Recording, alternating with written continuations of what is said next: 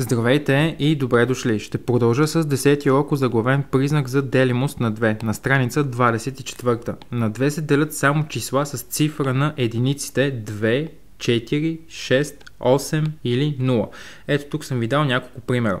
332 се дели на 2, защото цифрата на единиците е 2. 4566 се дели на 2, защото цифрата на единиците е 6. 50688 се дели на 2, защото цифрата на единиците е 8. 100230 се дели на 2, защото цифрата на единиците е 0. Четните числа представляват числа, които се делят на 2. Например 2, 4, 6, 8, 10, 12. Нечетните числа представляват числа, които не се делят на 2. Например 1, 3, 5, 7, 9, 11 и така нататък. Ще продължа директно с първа задача. Моника нанизала две еднакви герданчета. Общо колко маниста може да е нанизала тях? Щом става въпрос за две еднакви герданчета, това означава, че манистата трябва да може да бъде разделена на две равни части. Да бъде разделена на 2, което означава, че търсим число, което се дели на 2 или търсим четно число. 89 не е четно число, защото цифрата на единиците е 9. 99 не е четно число, защото цифрата на единиците е 9. 87 не е четно число, защото цифрата на единиците е 7 и остава 98. 98 е четно число, дели се на 2, защото цифрата на единиците е 8. Тук верният отговор е В. Така продължавам с втора задача. Кои от числата 104, 215, 326, 437, 548, 659, 770, 821, 932 и 1003 са четни. Така, кои от тези числа са четни? Тук имате цифра на единиците 4, което означава, че това число е четно. Така, тук имате цифра на единиците 5, което означава, че това число не е четно. Тук имате цифра на единиците 6, което означава, че това число е четно. Тук имате цифра на единиците 7, което означава, че това число не е четно. Тук имате цифра на единиците 8, което означава, че това число е четно. Тук имате цифра на единиците 9, което означава, че това число не е четно. Тук имате цифра на единиците 0, което означава, че това число е четно. Тук имате цифра на единиците 1, което означава, че това число не е четно. Тук имате цифра на единиците 2, което означава, че това число е четно. И тук имате цифра на единиците 3, което означава, че това число не е четно. Така, продължавам с трета задача. Запишете делителите на числото 42. Колко от делителите на числото 42 са четни числа? За да намерите делителите на 42, започвате първо 42 разделяте с 1, след това с 2, с 3, с 4, с 5, с 6, с 7 и там, където получавате остатък 0, числото представлява делител на 42. За да спестим малко време, аз съм ги написал предварително. Делителите на 42 са 42 разделено на 42 е равно на 1 и остатък 0. Ето ви го първия делител. 42 разделено на 1 е равно на 42 и остатък 0. Ето го втория делител. 42 разделено на 3 е равно на 14. Ето го и третия делител. 42 разделено на 6 е равно на 7. Ето го и четвъртия делител. 42 разделено на 7 е равно на 6. Ето го и четвъртия делител. 42 разделено на 12 е равно на 2. Ето го петия делител. 42 разделено на 2 е равно на 21. Ето го шестия делител. И 42 разделено на 14 е равно на 3. Ето го и кой делител стана? Първи, втори, трети, четвърти, пети, шести, седми, осми делител. Сега, кои от тези делители са четни числа? 42 завършва на 2, което означава, че е четно число, единицата не е четно число, тройката не е четно число, 6 е четно число, 7 не е четно число, 12 е четно число, защото се дели на 2, 2 се дели на 2 също е четно число, 14 отново е четно число, защото се дели на 2, 14 разделено на 2 е 7, което означава, че четните числа са 42, 6, 12, 2 и 14. Четните числа се делят на 2. с остатък 0. Така, продължавам с четвърта задача, само да се изтрия трета. Така, четвърта задача. Разликата на най-малкото трицифрено нечетно число. Най-малкото трицифрено нечетно число. Така, най-малкото трицифрено число по принцип е 100. Обаче то е четно, което означава, че най-малкото трицифрено нечетно ще е 101. 101. Записвам 101, защото цифрата на единиците е 1, което означава, че това тук представлява най-малкото нечетно трицифрено число. Така, разликата на най-малкото трицифрено нечетно число и най-голямото двуцифрено четно число. Така, най-голямото двуцифрено четно число. Най-голямото двуцифрено число по принцип е 99, но то е нечетно. А ако свалим едно, ще получим 98, което е четно. Което е четно, което означава, че това е най-голямото двуцифрено четно число. И в задача какво ми питат? Разликата на най-малкото трицифрено нечетно число и най-голямото двуцифрено четно число е равно, на което означава, че трябва да извадим от 101 98. Тук имаме 11 минус 8, само че това искам да го изтрия тук, за да не се объркате. Имаме 100, всъщност ще го изтрия, ето по този начин, минус 98, 101 минус 98, имаме 101 минус 98. Тук имаме 11 минус 8, 10 минус 8 е 2, 3, 9 минус 9 е равно на 0, което означава, че верният отговор е под точка В. Само един момент да погледам, това е 10-та задача, четвърта. 10-та, четвърта, В под точка, да, 3. Така, продължавам с пета задача. Пета задача, колко от естествените числа от 1 до 150 включително се делят на 2.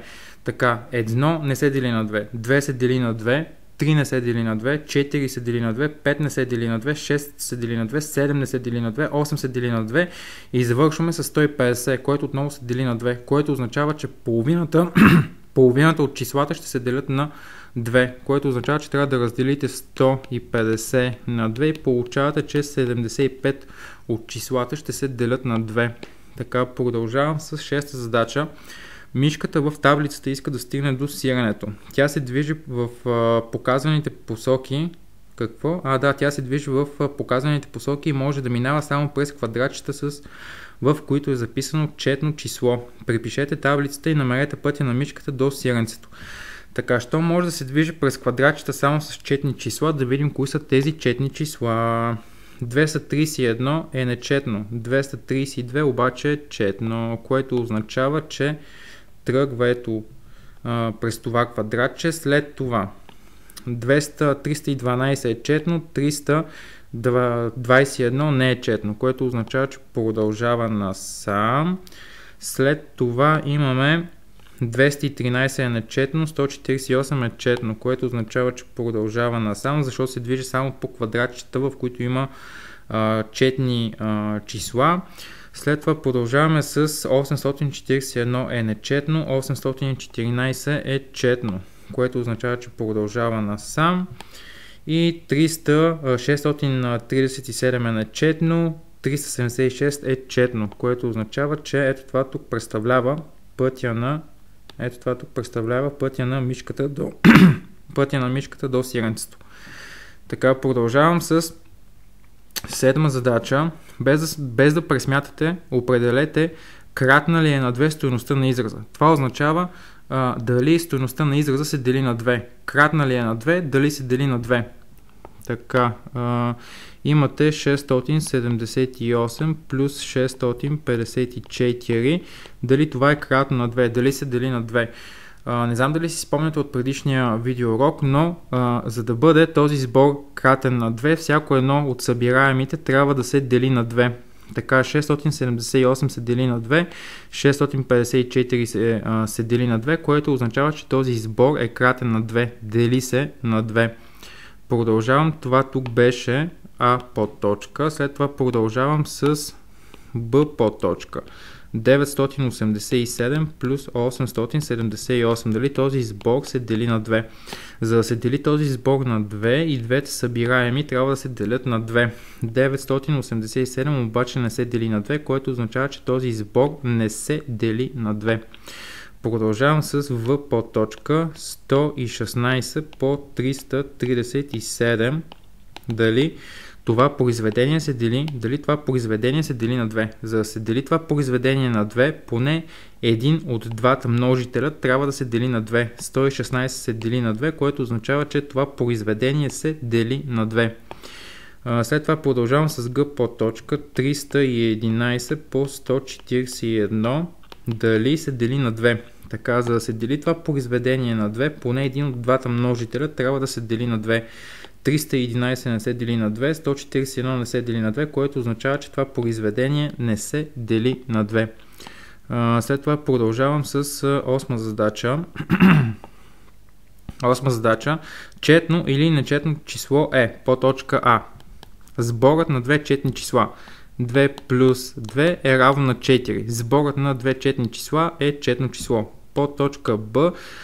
Сборът на четно и нечетно число. Да кажем 2 плюс 3 е равно на 5. Това е нечетно число. Сборът на четно и нечетно число е нечетно число. По точка В. Произведението на две четни числа. Да кажем 2 по 2 е равно, айде да не е 2 по 2, да не е 2 по 2, това ще го изтрия, да кажем произведението на две четни числа. Да кажем 4 по 2, което е 8. Произведението на две четни числа е четно число и произведението на четно и нечетно число. По точка Г на четно и нечетно, да кажем 3 по 2 е равно на 6.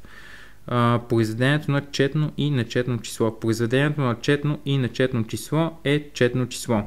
Може да пробвате да кажем с 7 по 2, което е 14, или пък с какво може да пробвате да кажем 4 по 4, да кажем по 3. 4 по 3 е 12. Това са четни числа. Обосновете отговора си. Няма да си го обосновавам, защото ще отнеме много време. Така, девета задача. Сборът 77 плюс А плюс 777 се дели на 2. Се дели на 2. Числото А може да е равно на. Така, значи сборът, ето този сбор, се дели на 2 и числото А може да е равно на. Значи това число А може да е равно на. Този сбор, за да се дели на 2, всяко едно от събираемите трябва да се дели на 2, което означава, че ето тук трябва да прибавим 1 и ето тук трябва да прибавим 1, за да получим 78, което се дели на 2 плюс А плюс тук трябва да получим 778. Така, разделено. Какво правя в момента? Това не се дели на 2 и това не се дели на 2. Тук прибавям 1 и тук прибавям 1, за да може това да се дели на 2 и това да се дели на 2. Което означава, че от посочените отговори тук трябва да извадите 2, за да може тук да прибавите 1 и тук да прибавите 1. И това, което получите, трябва, ето тук, трябва отново да се дели на 2. Сега ще видите за какво става въпрос. 7 минус 2 е равно на 5. 5 не се дели на 2, което означава, че А не може да е 5. 1001 минус 2 е равно на 1999. 999 не се дели на 2, което означава, че А не може да е равно на 2. На 999. 55 минус 2 е равно на 53. 53 не се дели на 2, което означава, че А не може да е 53.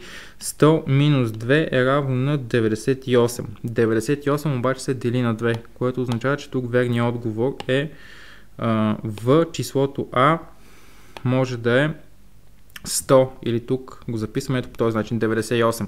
Така, Таня има 4 картончета, на които са записани цифрите 0, 7, 6 и 5. Тя може да избере две от тях, с които да образува двуцифрено число. Колко различни четни двуцифрени числа може да образува Таня?